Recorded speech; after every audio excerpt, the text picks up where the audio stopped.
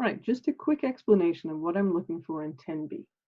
So 10A, you learned how to do a basic sort. Now we're doing a much bigger sort.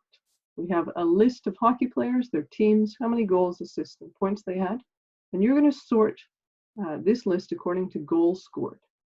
So when you do your sort, let's imagine we just swapped the goals, very much like we did in the previous program.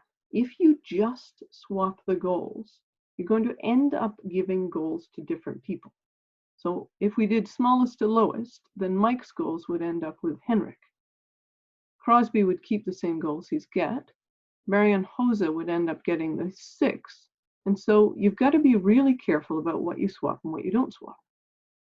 So when we organize the list according to goals, you actually have to swap 5 pieces of data. We have to swap the name, the team, the goals, the assists, and the points. And that way the correct person keeps all the information. So you're going to do a sort very much like you did in the previous program.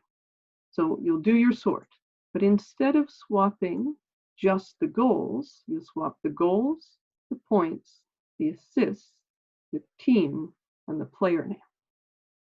So this would be based on goals, swap all 5 pieces of information. Then when you've done that, you've printed the data in a new order, in a nice chart, please. Then repeat the entire process and now sort according to points. So based on points, swap all 5 pieces of data, print it in a nice chart. Start over again, swap according to assists. So you organize the list based on assists, swap all 5 pieces of data, and then show me the list again.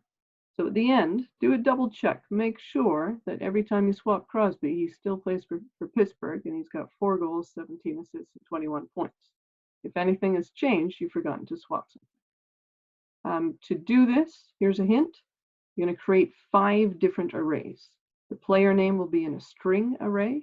The team will be in a string array. Goals, assists, and points can all be in integers.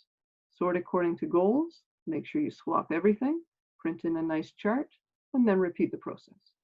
For those who want to be incredibly efficient, if you wrote a method to do the swap, then you could just call the method for the last 2. All right, have fun with that one.